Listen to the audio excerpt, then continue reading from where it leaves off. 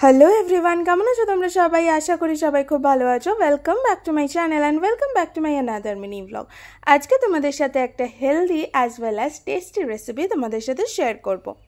আমি যেহেতু এখনও রেস্ট্রিকশানে খাবার খাচ্ছি, মানে এখনও আমাকে রেস্ট্রিকশানেই খাবার খেতে হচ্ছে, সেহেতু তো বেশি তেল মশলা দেওয়া যাবে না, কিন্তু খেতে তো ইচ্ছা করছে টেস্টি টেস্টি খাবার।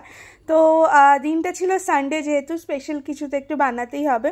তো আমি ভাবলাম চলো একদম রেস্ট্রিকশানেও থাকা হবে প্লাস টেস্টিও খাওয়া হবে। তো আমি ভাবলাম চলো ধনিয়া চিকেন বানাই একদম কম মশলাপাতি দিয়ে।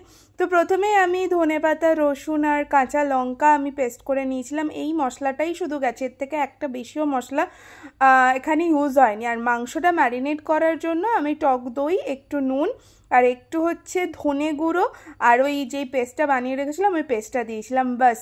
আর কিচ্ছু এর মধ্যে ইউজ করা হয়নি, না লঙ্কার গুঁড়ো, না অন্য কোনো পেঁয়াজ বাটা আর আদা বাটা, ওসব কিচ্ছু ইউজ করা হয়নি।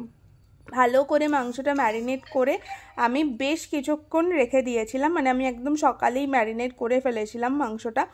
তো বেশ কিছুক্ষণ রেখে দিয়েছিলাম, তারপরে বেশ 1-1.5 ঘন্টা পরেই আমি রান্না স্টার্ট করেছিলাম। আর একদম অল্প তেল দিয়েছি, দেখতেই পাচ্ছ, মানে হয়তো 1 চামচও হয়তো পুরো তেল যায়নি। তো মাংসগুলো আমি হালকা করে একটু ফ্রাই করে নিয়েছিলাম। প্রথমে সব কটা মাংস এক এক করে দিয়ে ভালো করে ফ্রাই করে নিয়েছিলাম। আর যেহেতু তেল কম, তলা লেগে আসছিলো, একটা বেশ স্মোকি ব্যাপার ছিল। তো তোমরা যাদের আর কি রেস্ট্রিকশনে খাওয়ার ব্যাপার নেই, তারা বেশি তেল দিতেই পারো। বাট আমি এই যে এইটুখানি তেলেই পুরো রান্নাটা করেছিলাম। আর তেলটা ইউজ করেছিলাম শুধু মাংসটা ফ্রাই করব তাই। যদি আমি মাংস ফ্রাই না করতাম তাহলে এই তেলটাও ইউজ করতাম না। মাংস থেকে যেই তেল বেরোতো, জল বেরোতো, ওতেই আমি রান্না করতাম, কিন্তু আমার মনে হলো একটু ফ্রাই করে নেব আর কি।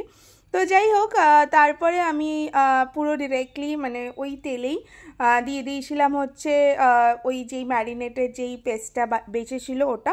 আর ওটা দিয়ে একটুখানি কষিয়ে ফুটে আসার পর আমি মাংসগুলো দিয়ে দিয়েছিলাম। এবার এই স্টেজে যেই একটা ড্রাই ব্যাপার আছে, যারা আর কি ঝোল করবে না, তারা এইটা অ্যাজ আ স্ন্যাক্স বা স্টার্টার তোমরা কিন্তু মানে ট্রাই করতেই পারো, এটাও খুব ভালো লাগবে।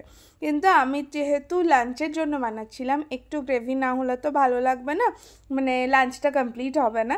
দ্যাটস ওয়াই আমি জল দিয়েছিলাম, জল দিয়ে ঢাকা দিয়ে ভালো করে ফুটতে দিয়েছিলাম। আর একটুখানি জলটা মরে আসলেই, যেটুখানি গ্রেভি অ্যাকচুয়ালি আমার লাগবে, ওই স্টেজে আমি একটুখানি হালকা গরম মশলার গুঁড়ো দিয়েছিলাম, দিয়ে রেডি আমাদের ধনিয়া চিকেন। ওকে।